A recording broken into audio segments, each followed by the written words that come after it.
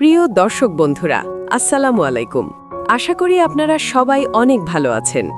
বদসুরাত নাটকের আপকামিং ২৬ নম্বর পর্ব নিয়ে আজকে আমরা হাজির হয়েছে এক ধামাকেদার রিভিউ এবং স্পয়লার অ্যালার্ট নিয়ে। গল্পে এখন যে টান টান উত্তেজনা চলছে, সামনে কি হতে চলেছে তার পুরো পোস্টমর্টেম করব আজকের ভিডিওতে। তাই স্কিপ না করে পুরোটা দেখার অনুরোধ রইল, কারণ প্রতিটা পয়েন্টেই আপনাদের চমকে দেবে। জামালের বোকামি নাকি অভিনয়? শুরুতেই ফোকাস করা যাক জামালের ক্যারেক্টারটির দিকে। ভাই, জামালকে দেখে মাঝে মাঝে মনে হয় সে কি আসলেই এতটা সহজ সরল, নাকি স্রেফ বোকা সাজার অভিনয় করছে। মরিয়ম কিন্তু বারবার তাকে সতর্ক করার চেষ্টা করেছে। নিজের ভাই আর পরিবারের সদস্যরাই যে জামালকে মানসিক ভারসাম্যহীন প্রমাণ করে তার সব সম্পত্তি হাতিয়ে নেওয়ার বিশাল একটা ষড়যন্ত্র করছে, সেটা মরিয়ম চোখে আঙুল দিয়ে দেখানোর পরও জামালের কোনো হেলদোল নেই।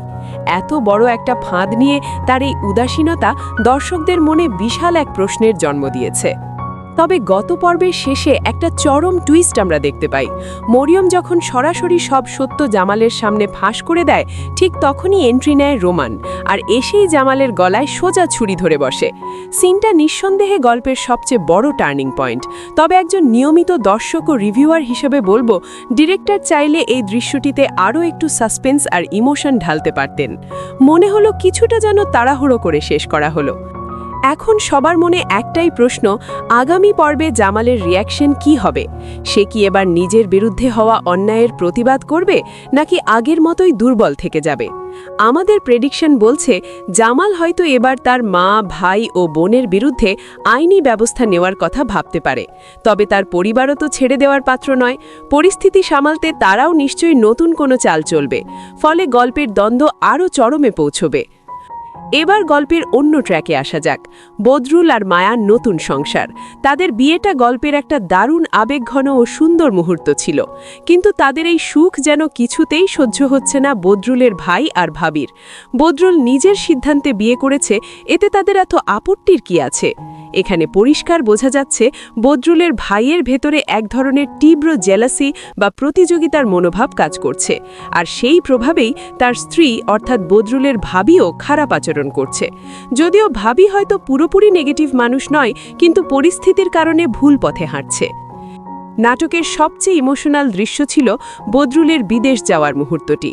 নিজের আপন ভাই ভাবি যখন বিদায়বেলায় একটা কথাও বলে না বা স্বাভাবিক আচরণ করে না, তখন বুকের ভেতরটা কেমন মুচড়ে ওঠে, সেটাই সিনে খুব রিয়েলিস্টিকভাবে ফুটে উঠেছে। পরিবারের আপন মানুষদের এমন অবহেলা যে কতটা যন্ত্রণার, তা দর্শক মাত্রই অনুভব করতে পেরেছেন। আগামী পর্বের স্পয়লার হিসেবে প্রবল সম্ভাবনা রয়েছে যে মায়া হয়তো এই পারিবারিক অশান্তি আর মানসিক চাপ সহ্য করতে না পেরে নিজের মামার বাড়িতে চলে যাবে।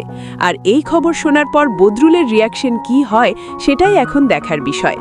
বদরুল যদি মাথা ঠান্ডা রেখে মায়াকে বোঝার চেষ্টা করে, তবে তার চরিত্রের একটা দারুণ ম্যাচিওরিটি আমরা দেখতে পাবো। সব মিলিয়ে বদসুরাত নাটকটি এখন বেশ জটিল একটা বাঁক নিচ্ছে। তবে অনেক দর্শকের কাছেই মনে হতে পারে গল্পের বিভিন্ন ঘটনা একটু এলোমেলো বা অগোছালোভাবে এগোচ্ছে। এগুলো আরেকটু গুছিয়ে উপস্থাপন করলে নাটকটি আরও মাস্টারপিস হতে পারত। এই বিষয়ে আপনাদের মতামত কি? কমেন্ট বক্সে অবশ্যই জানাবেন। আর হ্যাঁ, সবচেয়ে জরুরি আপডেট, বদসুরাত নাটকের বহু কাঙ্ক্ষিত ২৬ নম্বর পর্বটি রিলিজ হতে চলেছে আগামী ২৪শে মার্চ ঠিক দুপুর ৩টায়, আর এটি আপনারা দেখতে পাবেন ঈগল ইসলামিক নাটক টিভি চ্যানেলে। যারা রেগুলার নাটকটি দেখছেন তারা সময় মতো স্ক্রিনের সামনে বসে পড়বেন, কারণ বড় ধরনের পরিবর্তন আসতে চলেছে। ভিডিওটি ভালো লাগলে লাইক ও কমেন্ট করতে ভুলবেন না। আর হ্যাঁ, আপনারা বাংলাদেশের কোন জেলা থেকে আমাদের ভিডিও দেখছেন সেটা অবশ্যই কমেন্ট বক্সে জানাবেন, তাহলে বুঝতে পারবো আমাদের দর্শক কোথায় কোথায় ছড়িয়ে আছে। নাটকের এমন সব এক্সক্লুসিভ রিভিউ আর আপডেট পেতে চ্যানেলটি সাবস্ক্রাইব করে বেল আইকনটি বাজিয়ে দিন। আজ এখানেই বিদায় নিচ্ছি। সবাই ভালো থাকবেন, সুস্থ থাকবেন। আল্লাহ হাফেজ।